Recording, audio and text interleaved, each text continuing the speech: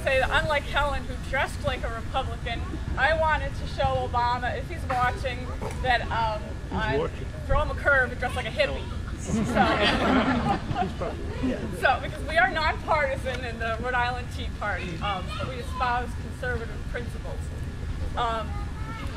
And Terry, I'm glad you had notes because I got my notes in. Folks, how I look at this is we're at a defining moment here in America. And I think that when we look back in retrospect in 20 or 50 years, we are going to be amazed at the danger that our republic faces at this point in time. Because we're going to look back and it's going to be evident to us that what we're facing now is really a war. Amen. We are at war. That's right. And it's not a war of violence, but it's a war of words, it's a war of ideas, and it's a war against an ideology that, if it continues to blossom, will swallow this country whole and spit it back out, and we will not recognize it for what it was in the past. We won't recognize the complete lack of freedoms that will be provided to us. And I often wonder, how did we get to this point when 20% of Americans identify themselves as liberals or statists? How did a predominantly center-right country allow that 20% to take hold of the wheel? How did we do that? Edmund Burke said that all it takes for evil to triumph is for good men to do nothing. And folks, for too long, too many of us have done nothing. Right. I look at America as a great ship. And we're all on board, we've been sailing along, and there's a few rough patches here and there, but it's been pretty good cruising.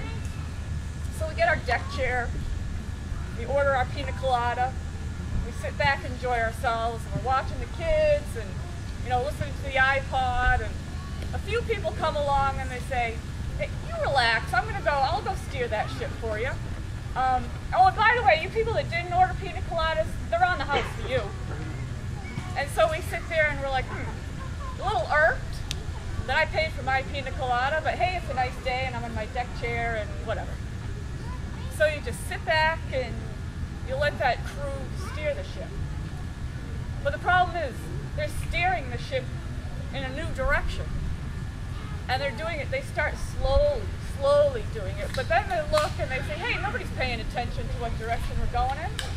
So they get bolder and bolder, and pretty soon you're headed for an iceberg. Because you see, they don't like this ship. They do not like the way this ship is constructed. They don't like its foundation. They don't like the fact that you saved your money to buy a first-class cabin, and that guy didn't, so he had to go for economy.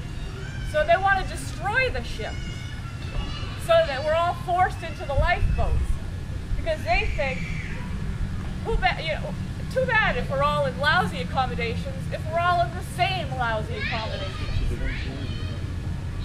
So my point is this, what are we going to do about this? Are we going to still sit back in our deck chairs, slightly irked, because they're getting their pina coladas for free, but not irked enough to get up and actually do something? Another great man, Samuel Adams, said, it doesn't take a majority to prevail, but a minority keen to set brush fires in people's minds. That's where we're at, folks. We're at a critical juncture. It's up to us to get up and set those brush fires. We can choose our destiny as a nation if we get involved with something like the Tea Party, volunteering to work on campaigns, giving money, working for RERA or any of the other organizations that are represented here today. But you must get up. We each have, all of you, have more power in each of you than you ever could imagine. I've seen it with the Tea Party. We have so much power, but we have to use it. So I implore you to please use that power so that in 20 or 50 years when we look back, you can say to your children and your grandchildren that you acted to change the course of history. So please, folks, get involved, and I thank you again for having me here today.